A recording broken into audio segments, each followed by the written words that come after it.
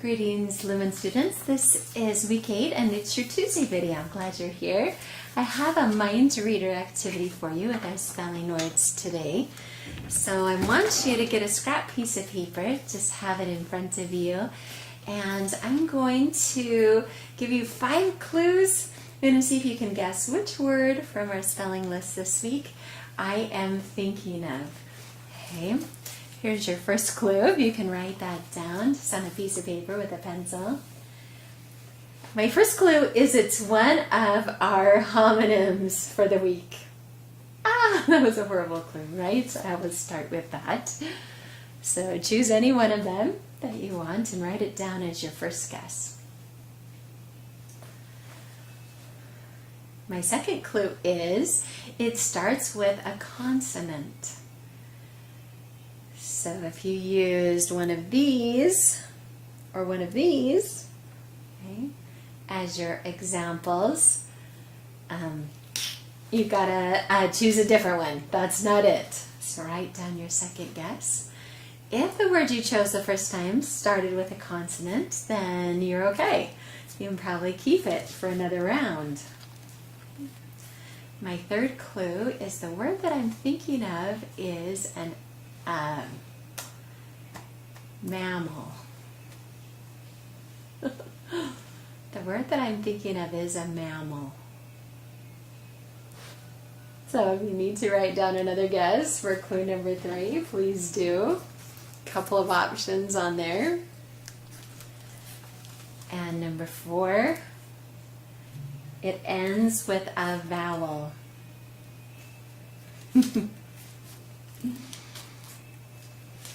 Eliminated one of our options at least. And my 5th clue is that you would see this at sea. And I used another homonym in that sentence, which of course I was very excited about. So did you guess that the word that I was thinking of was whale? Okay, W-H-A-L-E. Good job. How many of you got that from the very first clue? How many from clue number 2, 3, 4, 5? Good job. Hey, we're going to move on to do a picture book related to our pronoun usage. So if you would keep your scrap piece of paper in front of you, I have another challenge for you. This time, as I read this picture book, I don't want you to write down how many times pronouns are used. Instead, I want you to write down what nouns or proper nouns are used are associated with the pronoun she. Okay, so we're going to focus and zero in on the pronoun she. And what nouns or proper nouns is that pronoun replacing? There are lots of girls in this story. They include Wanda, her teacher, Miss Dewdrop, her friends, Fluffy, I can't remember, they have pretty funny names, Tulip Fluffy Glow, and Willow Peach Breath. I want to know which of these proper nouns or nouns are substituted with the pronoun she.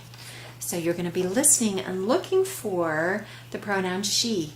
And which noun is that replacing?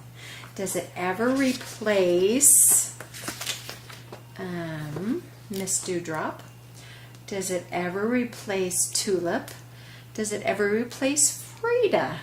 Okay, pay attention to what the pronoun she replaces.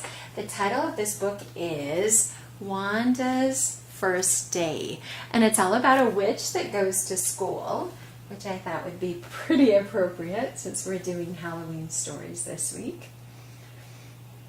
Okay, if you're ready,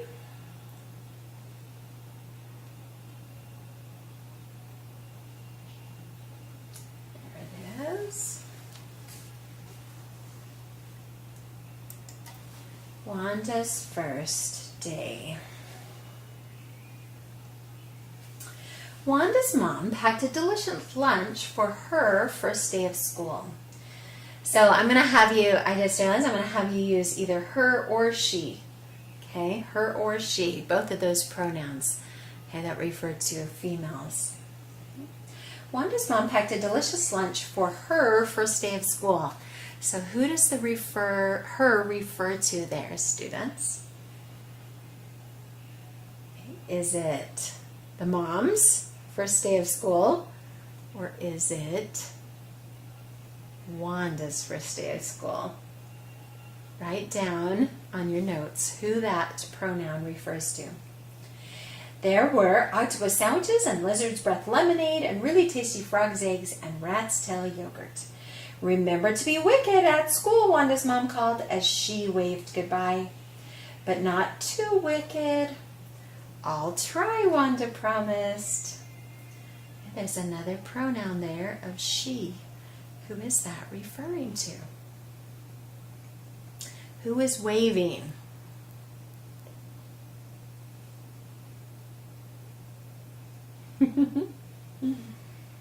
There goes Wanda. Maybe the illustration gives you a clue. As Wanda flew to school, she felt a little nervous. Half of her wanted to stay at home with her mom, but the other half thought it might be fun to go to school and make lots of new friends.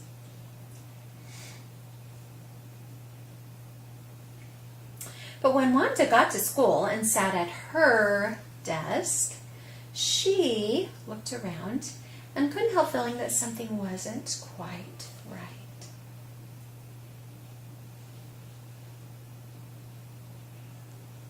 One of these things is not like the other. Excuse me, Miss Dewdrop, Wanda said. What's wrong, dear? Her teacher asked. Wanda whispered in Miss Dewdrop's ear. I don't think I'm supposed to be here. I think there's been some mistake. Nonsense, said Miss Dewdrop. Everyone feels a bit like that on their first day of school.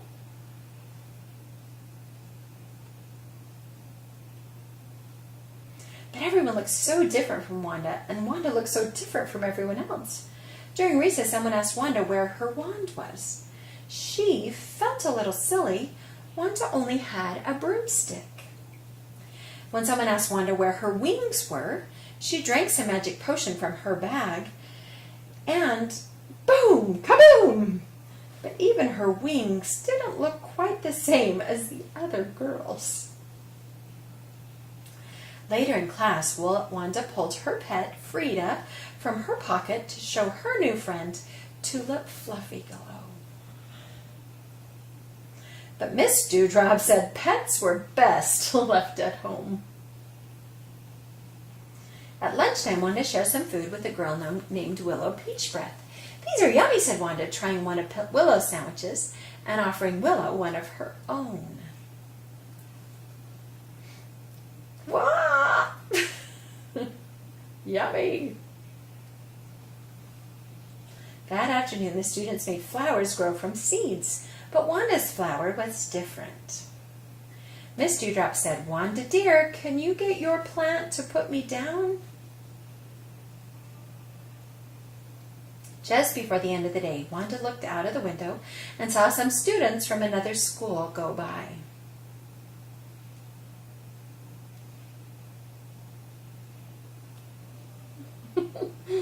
Somebody else ended up in the wrong place. Miss Dewdrop, Wanda said, are you sure I'm at the right school? Miss Dewdrop thought perhaps Wanda hadn't enjoyed herself. Did you like your first day? The teacher asked. Wanda thought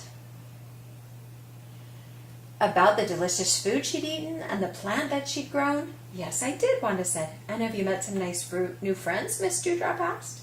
Wanda thought about Tulip Fluffyglow and Willow Peachbreath. Well, yes, I suppose I have, Wanda said, smiling.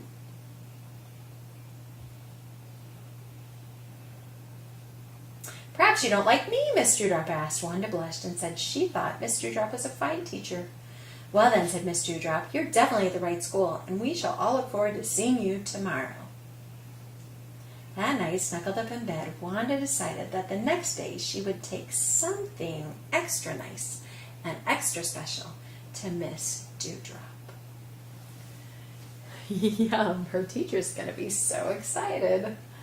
Okay, students, who was associated with the word she or with the word her? Okay, of all the females in our story, sorry guys, no guys in this one, who, what nouns were replaced by the pronoun she or her? Only Wanda and Mother, right? And there was a question on Mother, did you notice? Okay, when we're talking about her friends, let's just review.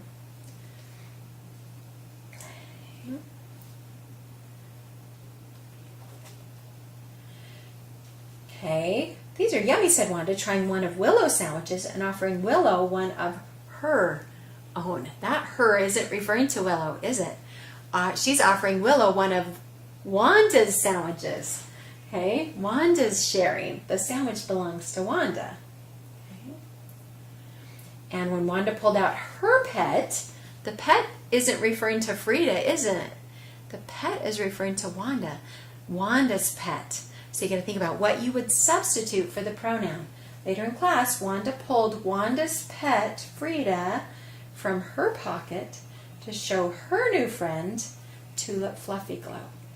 Okay, the her does not refer to Tulip, it refers to Wanda. So it can be a little tricky. The wings belong to Wanda. Okay. She's drinking. The wand belonged to Wanda. Or no, where her wand was. Okay. Wanda didn't have a wand, but they're asking about her wand, so the her refers to Wanda. Okay. Never. Her teacher, so you might have thought, oh, there, the her's referring to teacher. No, Miss Dewdrop isn't her own teacher. The teacher, her teacher refers to Wanda again, doesn't it? It's Wanda's teacher. What's wrong, dear? Wanda's teacher asked. So you could replace the her with Wanda. The only time might have referred to someone else was Wanda's mom called as she waved goodbye. So you're not quite sure who's waving. Is the she Wanda? Wanda's mom called as Wanda waved goodbye. Well, that works, right?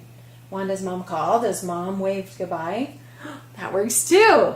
So pronouns can be kind of tricky because you don't know which one they're always referring to.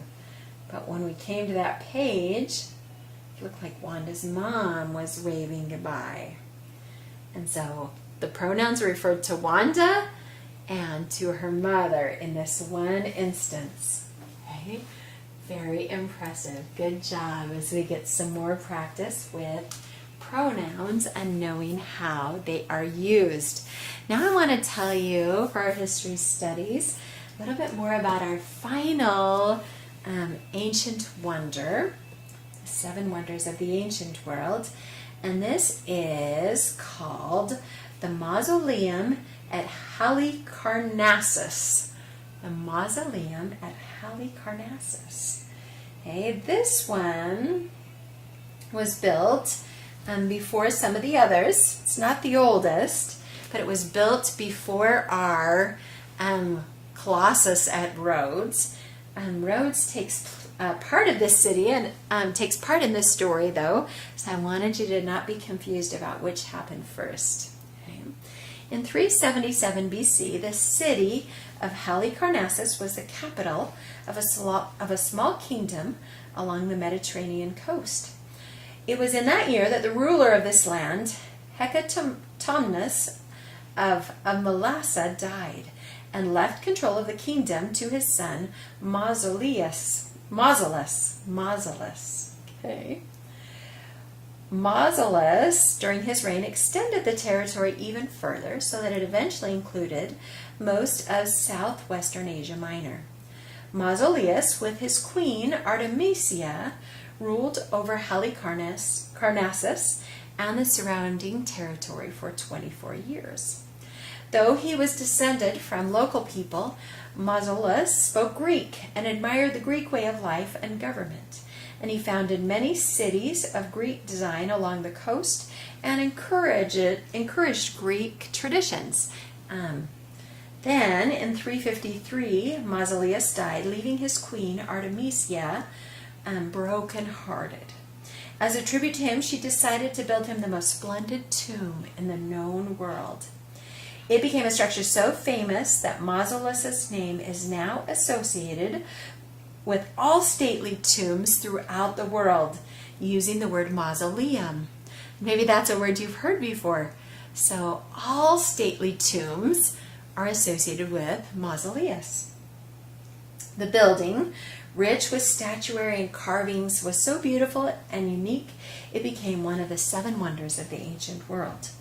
Artemisia decided that no expense was to be spared in building the tomb. She sent messengers to Greece to find the most talented artists of the time. Many famous sculptors were invited to contribute to the project. According to one historian, different sculptors each took one side of the tomb. So it was almost like a competition. You do this side, then I'll do this side, I'll do this side, and I'll do this side. Okay. And so the building was done in like many different styles: Egyptian, Greek, and Lycian. The tomb was erected on a hill. It was overlooking the city. It had an enclosed courtyard on a stone platform, and a staircase led up to it, and it was flanked by stone lions. Along the outer wall of the courtyard were many statues depicting gods and goddesses, and at each corner stone warriors mounted on horseback guarded the tomb. At the center of the platform was the tomb itself, made mostly of marble. The structure was a square, and it was 140 feet high. The tomb was covered with relief sculpture showing action scenes from Greek myths and history. One part showed the battle of the centaurs with the lapiths. Another depicted Greeks in combat with the Amazons, a race of warrior women. On top of this section of the tomb, 36 slim columns rose for another third of the height.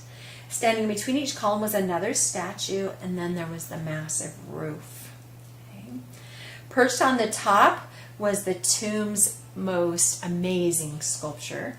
4 massive horses pulled a chariot in which images of Mausolus and his queen Artemisia rode. So they were in a chariot on the roof. But soon after the construction of the tomb was started, Artemisia found herself in crisis. Rhodes had been conquered by Mausolus, and when the Rhodesians heard of his death, they rebelled, and they sent a fleet of ships to capture the city of Halicarnassus. Knowing that the Rhodesian fleet was on its way, Artemisia hid her own ships at a secret location at the east end of the city's harbor. After troops from the Rhodes fleet disembarked to attack, Artemisia's fleet made a surprise raid, captured the Rhodes ships, and towed them out to sea. Artemisia put her own soldiers on the invading ships and sailed them back to Rhodes, fooled into thinking that the returning ships were their own victorious navy. The people of Rhodes failed to put up a defense, and the city was easily recaptured, quelling their rebellion. But Artemisia, though she was successful at putting down that rebellion of Rhodes, lived only 2 years after the death of her husband, and both of them would be buried in this unfinished tomb.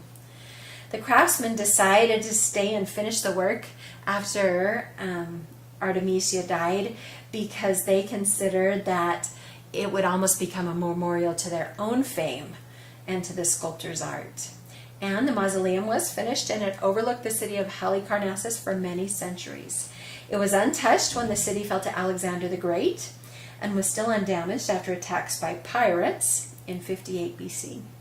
And it stood above the city ruins for some 17 centuries.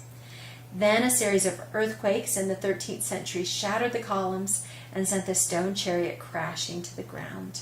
by 1404 AD, only the very base of the mausoleum was still recognizable. Well, into the area now come some crusaders on an ancient crusade. And they recycled much of the stone of the mausoleum in their own structures. The tomb was broken up and used to strengthen the castle at Halicarnassus to become a fortress for them. And you can still see sections of the polished marble in the castle today. At this time, a party of knights entered the base of the monument, and they discovered the room containing the great coffin that was still intact. Deciding it was too late to open it that day, the party returned the next morning to find the tomb and any treasure it may have contained plundered. The bodies of Mausolus and Artemisia were missing too. The knights claimed that the Moslem villagers were responsible for the theft, but it's more likely that some of the knights, the crusaders themselves, plundered the grave secretly in the night.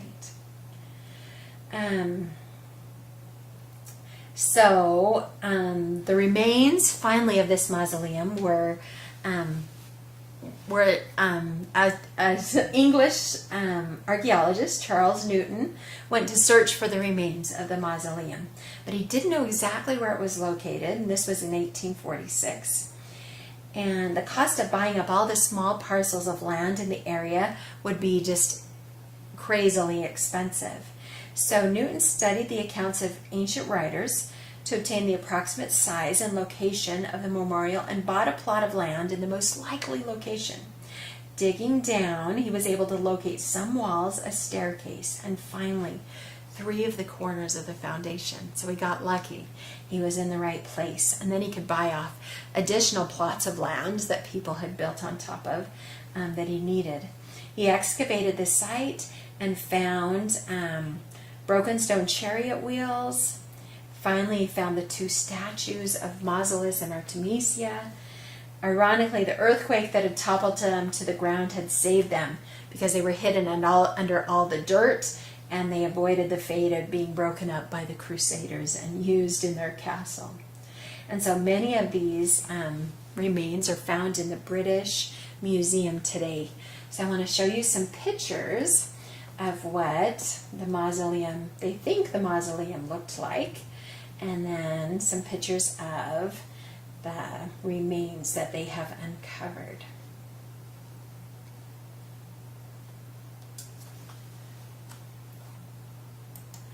So here is an example of how massive it was. You can see the columns. That doesn't even show the chariot at the top. The statues around the outsides. There you can see the horses and the chariot at the very, very top. The stone lions, the men on horseback guarding the sides. And then this was the archaeology site. Some of the pieces that they found. Here are Artemisia and Mausolus, the statues that were riding in the chariot. Here's one of the lions that they uncovered. Here's a horse.